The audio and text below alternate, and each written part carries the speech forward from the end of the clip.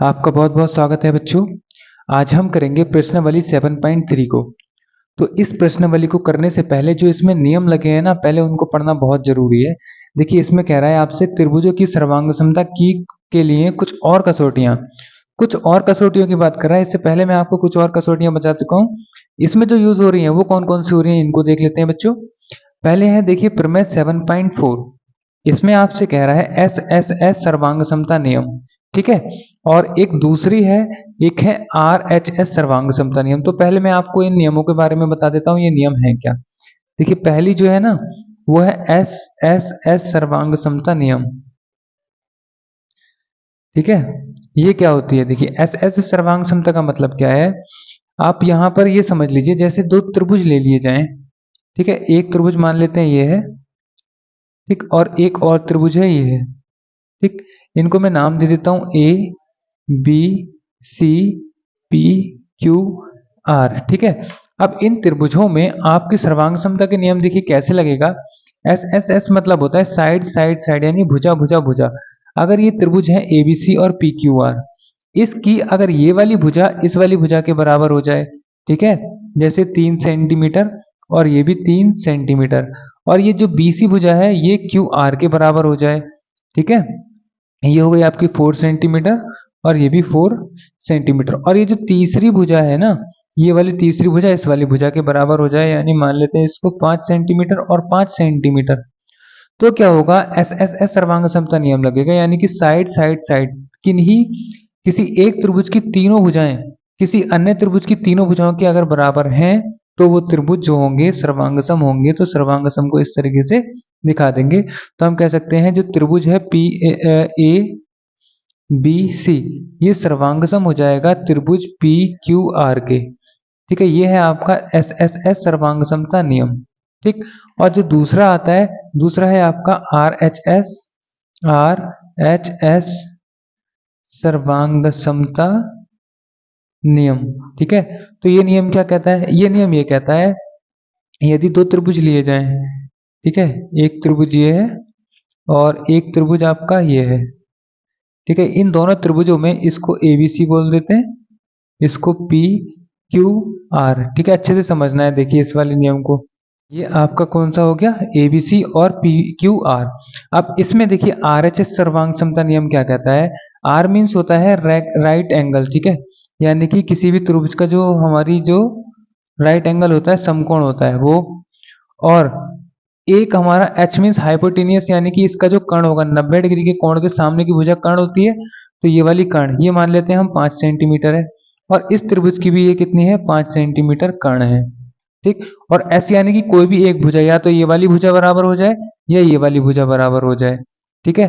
तो ये मान लेते हैं हम 4 सेंटीमीटर और 4 सेंटीमीटर, ठीक है। तो इससे क्या होगा, आर यानी कि राइट एंगल, ये वाला जो आपका समकोण बना है, इसमें भी समकोण बना है, ये भी 90 ये भी 90 डिग्री। दूसरा एच यानी कर्ण, कर्ण आपका ए सी और पी आर, और एक भुजा आपकी बी सी और क्यू आर, ये दोनों बराबर हैं। तो हम कह देंगे ये जो त्रिभुज है इसके सर्वांगसम होगा, ठीक है। तो त्रिभुज ए बी सी सर्वांगसम हो जाएगा त्रिभुज पी क्यू आर के, ठीक है। ये आपको दोनों दोनों जो सर्वांग समता की कसौटियां हैं ये आपको याद रखनी है, इन्हीं से आपकी एक्सरसाइज हो जाएगी, ठीक है। देखिए कैसे होगी, आप यहाँ पर हम देख लेते हैं इसका पहला क्वेश्चन, ठीक। आपकी प्रश्नावली 7.3 का पहला क्वेश्चन देखिए क्या कह रहा है आपसे। ये कह रहा है कि त्रिभुज एबीसी और त्रिभुज डीबीसी एक ही आधार बीसी पर बने दो समद्विबाहु त्रिभुज इस प्रकार है कि ए और डी भुजा बीसी के एक ही ओर स्थित है, ठीक है। आकृति आपको ये जो दे रखी है इसमें, ठीक है। तो पहले हम इसका चित्र बना लेते हैं, उसके बाद इसको प्रूफ करते हैं। देखिए आपको ये दे रखा है, एक त्रिभुज है, ये हो गया आपका एक त्रिभुज।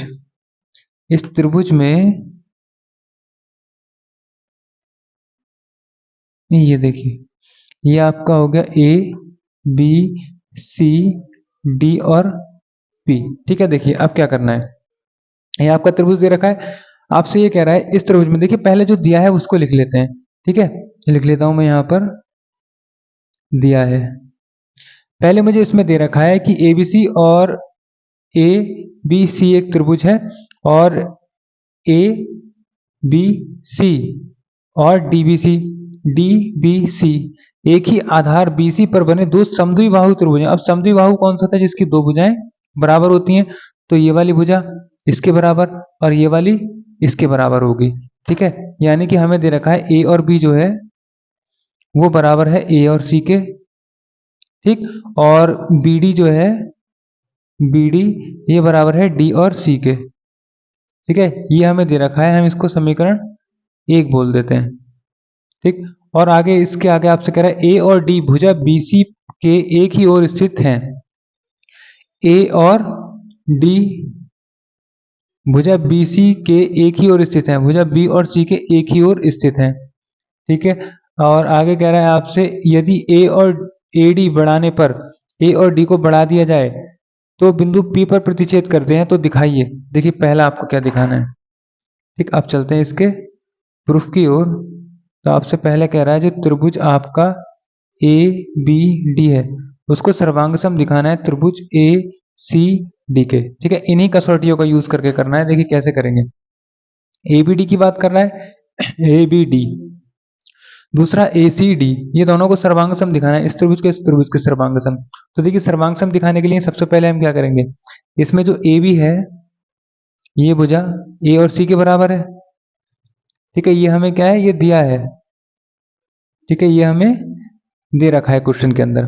दूसरी चीज अगर देखें ये इसके बराबर है, और दूसरे आपको दे रखा था BD जो है वो DC के बराबर है। तो BD जो है वो DC के बराबर है, ये भी हमें दिया है। कब दिया था? जब आपसे कहा था कि ABC और DBC ये दोनों क्या हैं, दो समद्विबाहु त्रिभुज हैं, यानी कि दोनों में कोई दो भुजाएं बराबर होंगे। ठीक, और इन्हीं दोनों में अगर हम देखा जाए ABD की बात कर रहे हैं, ABD और ACD हमारी ये वाली भुजा इसके बराबर, ये वाली भुजा इसके बराबर, और ये जो AD है ये दोनों में उभयनिष्ठ आ रही है। तो AD बराबर होगी AD के, क्यों होगी, ये आ रही है उभयनिष्ठ। उभयनिष्ठ, ठीक है, उभयनिष्ठ भुजा हो गई। अतः हम कह सकते हैं SSS सर्वांग समता नियम से जो त्रिभुज है आपका ABD ये सर्वांग सम हो जाएगा त्रिभुज ACD के। ठीक है, ये हमारा पहला वाला प्रूफ हो गया। ठीक, आगे बढ़ते हैं अब इसके सेकंड पार्ट में। ठीक, तो सेकंड पार्ट में देखिए क्या कह रहा है, यहाँ पर लिख देते हैं सेकंड पार्ट। सेकंड पार्ट में आपको दिखाना है कि जो आपका है ABP सर्वांग सम होगा त्रिभुज ACP के। ठीक है, इसके सर्वांग सम दिखाना है। तो देखिए इसको हम कैसे करेंगे, सबसे पहले चित्र में देख लेते हैं। ये आपको चित्र दे रखा है, इसमें आपसे कह रहा है ABP। ठीक है, मैं थोड़ा इसको फोल्ड कर लेता हूँ। देखिए आपसे कह रहा है AB और P। ठीक है, ABP जो होगा वो ACP के बराबर होगा। ठीक है, ये आपको प्रूफ करके दिखाना है। तो देखिए कैसे करेंगे। सबसे पहले ये जो AB आ रहा है ना, ये ABP की बात कर रहा है और ACP की बात कर रहा है। तो A और B जो है वो A और C के बराबर होगा। तो AB जो है वो A और C के बराबर है, ये हमें दिया है। ठीक है, हमें दिया है, दोनों क्या थे, समद्विबाहु त्रिभुज थे। दूसरी चीज इनकी बात कर रहा है, तो यहां से आपकी जो AP है ये दोनों में कॉमन आ रही है। ठीक है, तो AP बराबर हो जाएगी AP के, और ये भी हमें क्या है, दिया है।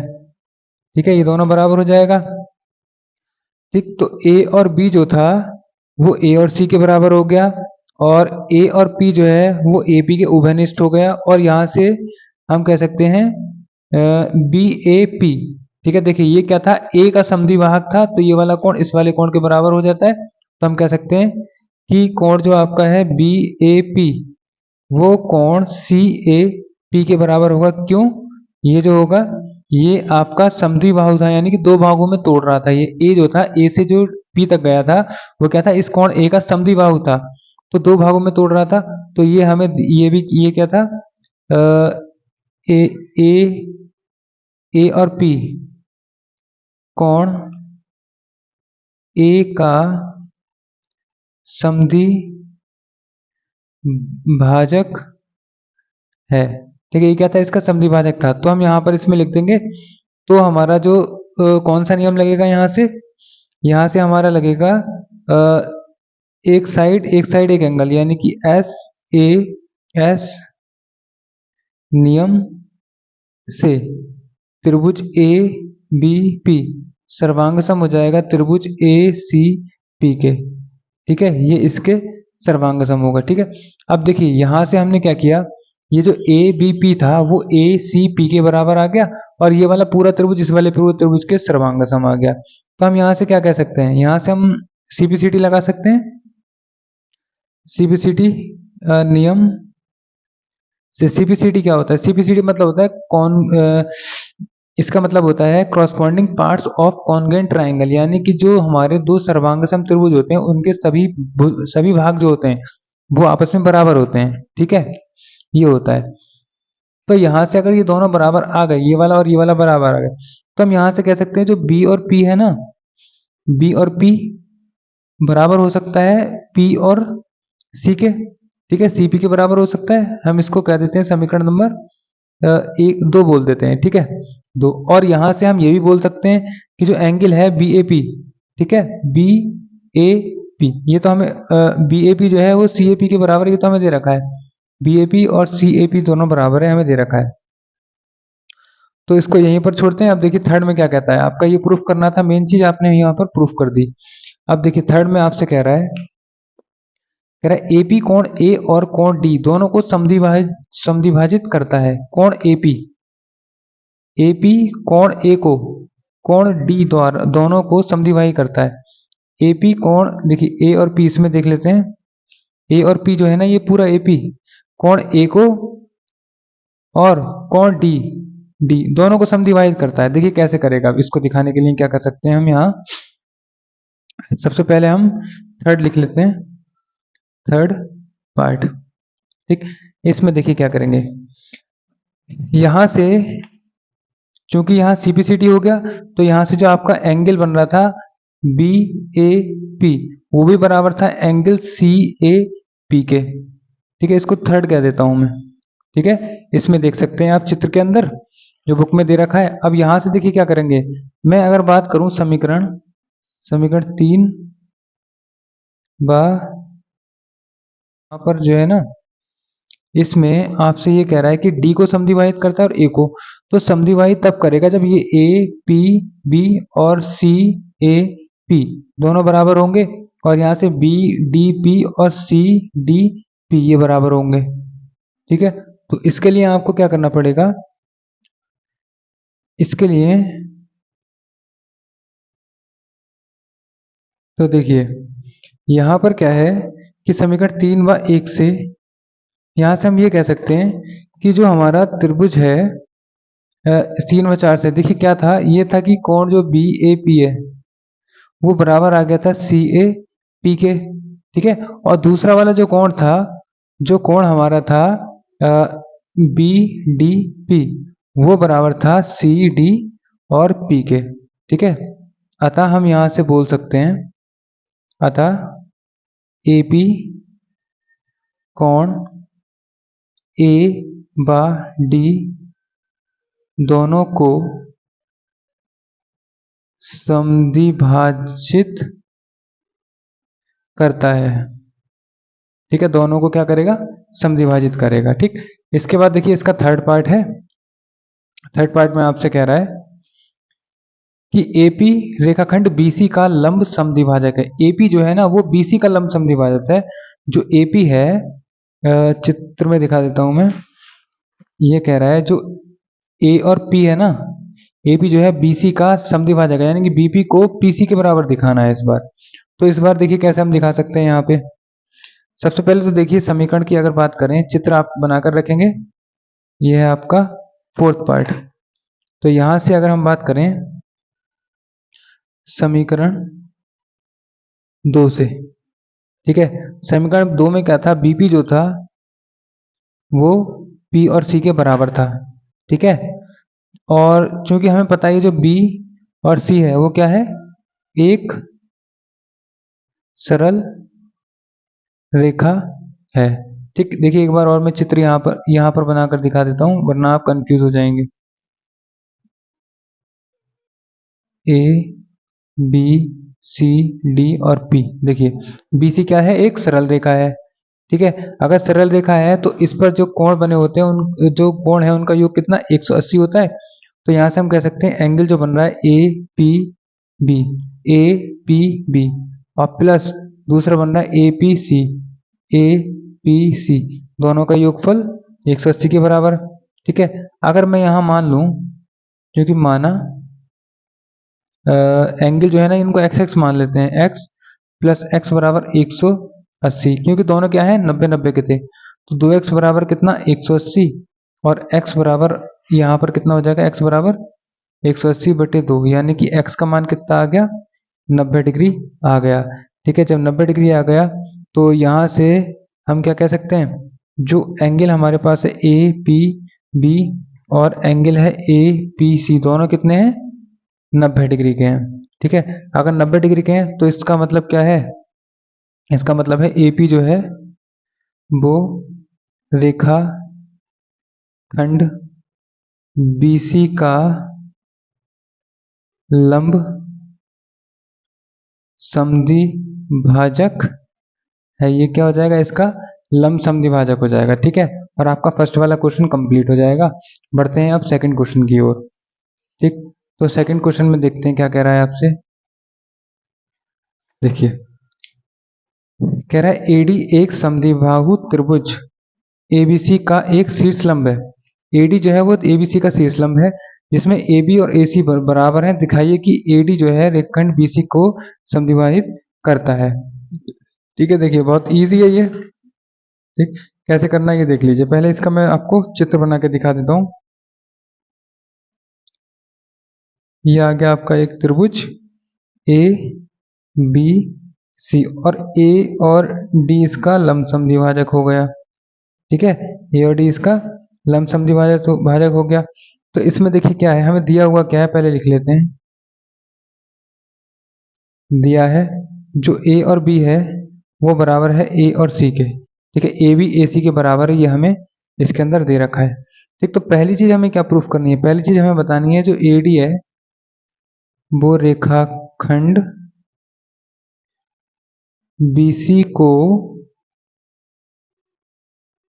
समद्विभाजित करता है। ये हमें क्या करना है, प्रूफ करके दिखाना है। ठीक है, देखिए अब क्या करेंगे, हम अगर दोनों त्रिभुजों को ले लें, त्रिभुज ए डी बी बा, देखिए ए डी बी बा ए डी सी में, ए डी सी में इन दोनों की अगर बात करें तो ए बी जो है वो ए और सी के बराबर है, ये हमें दिया है।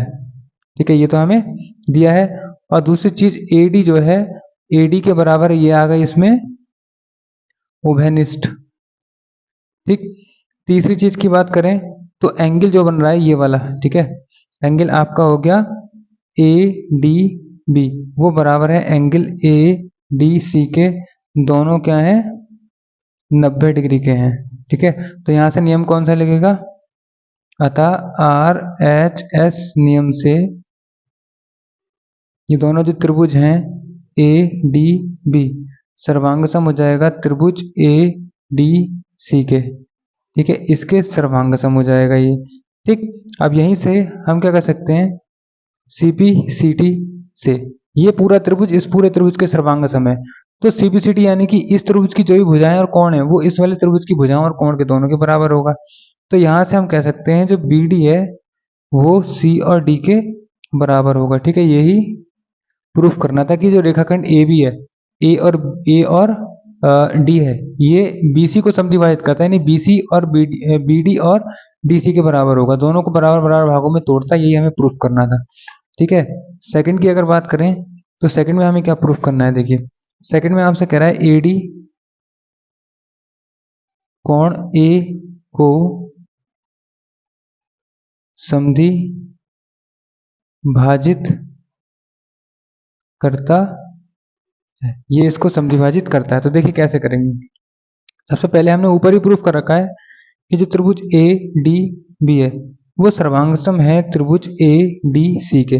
ठीक है, तो यहाँ से CPCD लगा सकते हैं।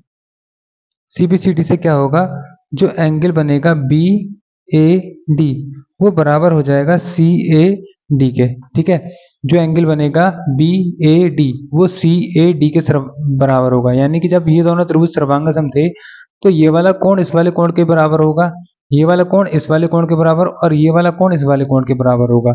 तो यहाँ से देखिए ये दो भागों में टूट रहा है, तो यहाँ से हम कह सकते हैं क्या, एंगल ये इसके बराबर होगा। ठीक, तो अतः लिख देंगे जब बराबर होगा तो अतः AD कोण A को भाजित करता है। ठीक है, ये हो जाएगा आपका। ठीक, बढ़ते हैं अब थर्ड क्वेश्चन की ओर। ठीक है, तो थर्ड क्वेश्चन में देखिए क्या कह रहा है आपसे। कह रहा है एक त्रिभुज ABC की दो भुजाएं AB और BC तथा माध्यिका AM क्रमशः एक दूसरे त्रिभुज की भुजाओं PQ, QR तथा माध्यिका PN के बराबर हैं। अच्छा, इन दोनों चित्रों में ये वाली इसके बराबर, ये वाली इसके बराबर, ये वाली इसके बराबर है। तो हमें दिखाना है ABM और PQN सर्वांगसम होंगे। ठीक है, आसान है। तो देखिए कैसे करेंगे, पहले हमें जो दे रखा होता है ना, पहले उसको लिखना बहुत जरूरी होता है। सबसे पहले देखिए चित्र इसका बना लेते हैं। तो चित्र में आपको दो त्रिभुज ये दे रखे हैं, एक तो ये हो गया और एक और यहाँ से बनाते हैं, ये हो गया, ये दो दे रखे हैं। ठीक, और इनमें आपको एक ये माध्यिका दे रखी है और यहाँ से आपका ये हो गया ABMCPQN और R। ठीक है, देखिए ये वाली इसके बराबर, ये वाली इसके बराबर, ये वाली इसके बराबर है। ठीक है, अब आपको ये दिखाना है कि ये जो ABM होगा वो PQN के बराबर है। ठीक है, तो देखिए कैसे होगा, पहले तो जो दिया होता है उसको लिखा जाता है। एक तो जो दिया है वो लिख लेते हैं, दिया है। देखिए क्या क्या दिया है यहाँ पे। सबसे पहले हमें ये दे रखा है जो AB है ना, AB ये PQ के बराबर है, P और Q के बराबर है। ठीक, और दूसरी चीज हमें क्या दे रखी है, दूसरी चीज ये दे रखी है BC।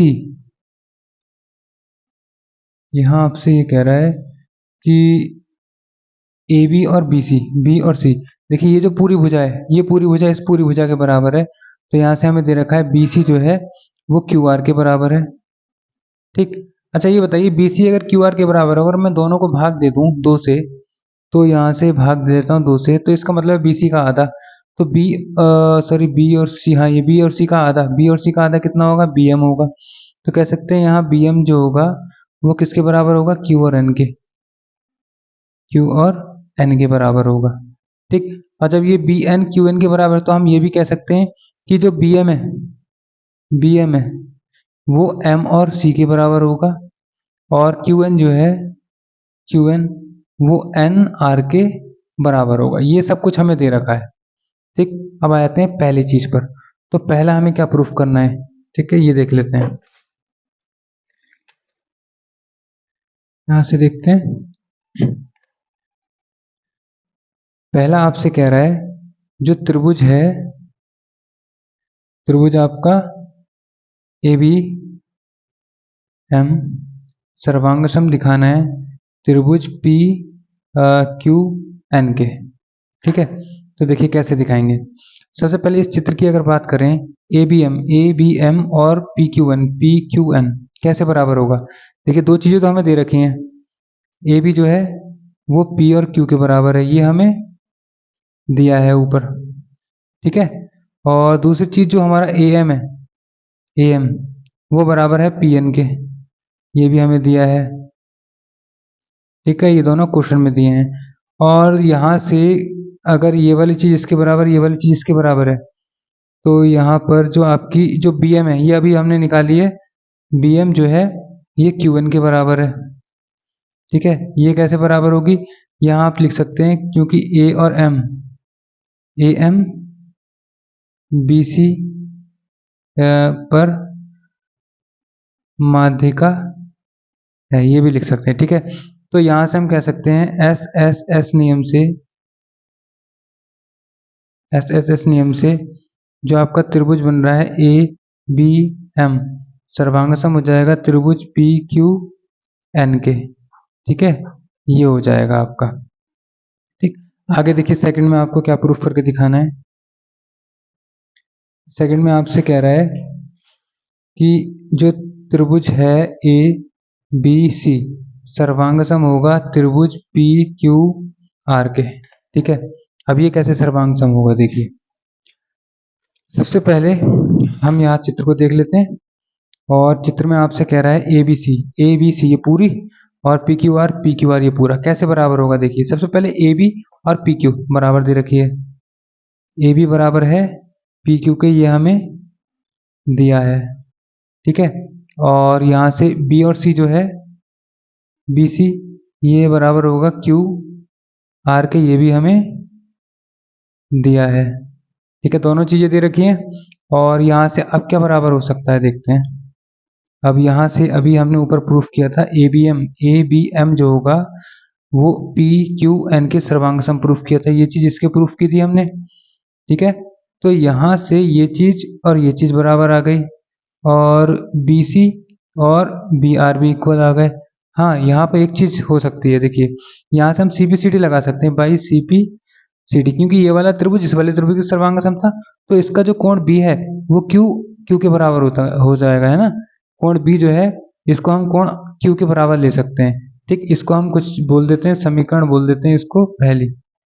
ठीक है, तो ये भी हो जाएगा यहाँ से सी बी सी डी, यानी कि सारे पार्ट बराबर होते हैं, सारे एंगल बराबर होते हैं। तो हमने ये दोनों एंगल ले लिए, दोनों बराबर होंगे। तो यहाँ से हम कह सकते हैं जो एंगल है हमारा ए बी एम वो बराबर हो जाएगा एंगल पी क्यू एन के। ठीक है, ये कहाँ से हो जाएगा, समीकरण 1 से। ठीक है, तो यहाँ नियम आपका लगेगा, अतः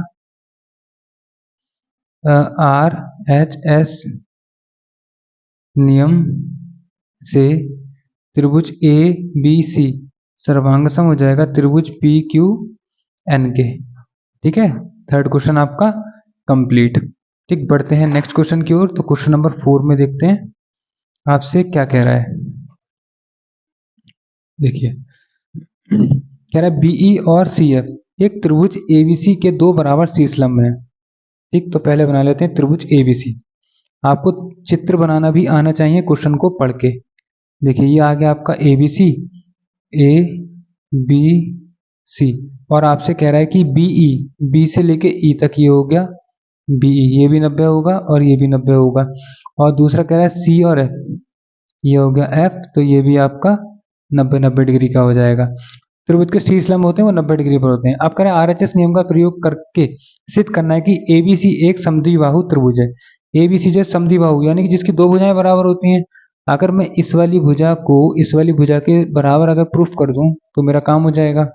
ठीक है, तो देखिए कैसे करेंगे। यहाँ से हमें क्या क्या दिया है, दिया है ये बराबर भुजाएं हैं ये वाली, ठीक है, और ये वाली दोनों बराबर है, हमें दे रखा है क्वेश्चन में।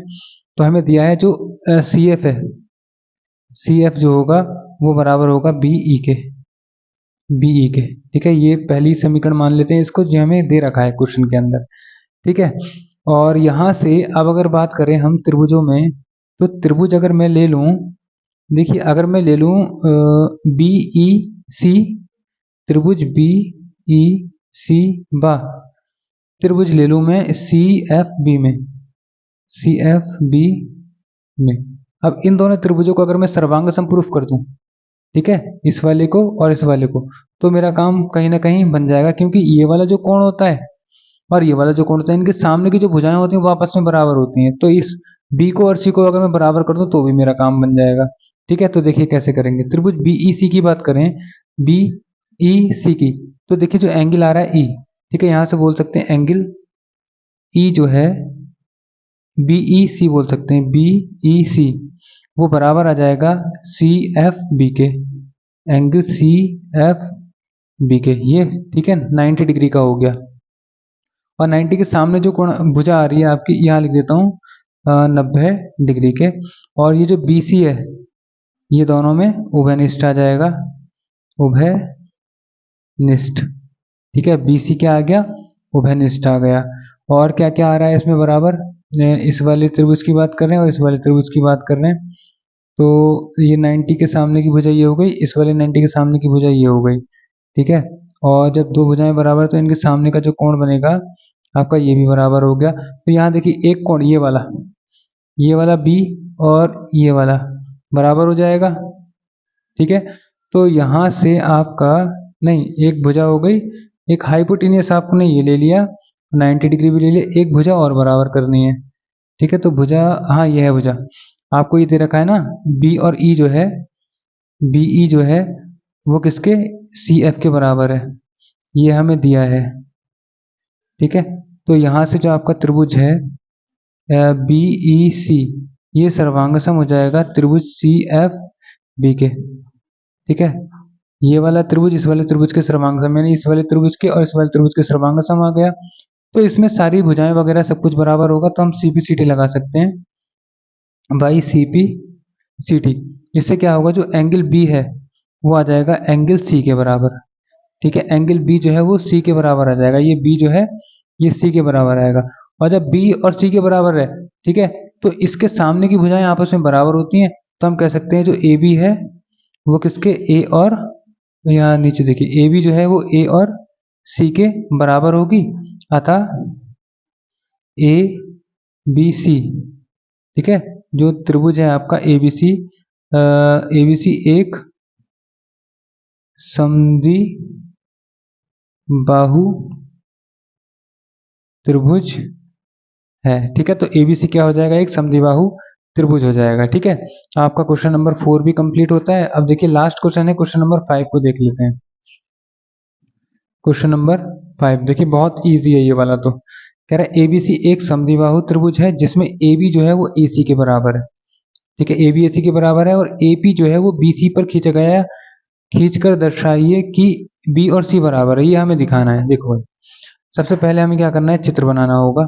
तो यहाँ पर चित्र बना लेते हैं ए बी सी, ये हो गया आपका ए बी सी। इसमें ये वाली जो भुजा इस वाली भुजा के बराबर है, ठीक है। ए बी जो है ए सी के बराबर है और ए और पी जो है वो बी और सी पर क्या है, लंब है। बी और ए और पी जो है वो बी और सी पर लंब है, ठीक है। जब लंब होगा तो ये 90 डिग्री, ये भी 90 डिग्री का होगा, ठीक। तो यहाँ पर हमें बी और सी को बराबर दिखाना है, यानी कि ये वाली चीज इस वाली चीज के बराबर दिखानी है। बराबर तभी आएगी जब ये पूरा त्रिभुज इस वाले त्रिभुज के सर्वांगसम हो जाएगा। तो त्रिभुज ले लेते हैं ए बी पी में, त्रिभुज ए बी पी बा त्रिभुज आप लेंगे हम ए बी पी और ए सी पी में, ए सी पी में, इन दोनों में देखें तो यहाँ पर ए बी और ए सी, ए और बी और ए और सी बराबर हैं, ये हमें दिया है क्वेश्चन के अंदर ही हमें दे रखा है, ये दोनों चीजें बराबर हैं, ठीक है।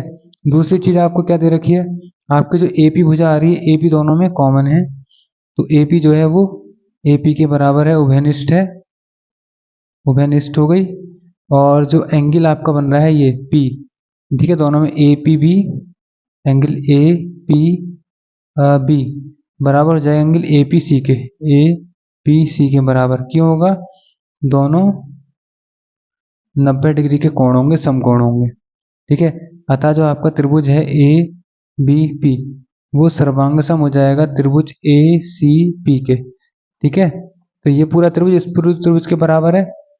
तो यहाँ से सी बी सी टी का जो नियम आता है, इस नियम से क्या होगा, देखिए जब ये इसके सर्वांगम है तो ये कोण इस कोण के बराबर, ये कोण इस कोण के बराबर और ये वाला कोण इस वाले कोण के बराबर, ये भुजा दोनों में कॉमन, ये भुजा इसके बराबर, ये वाली भुजा इसके बराबर होती है।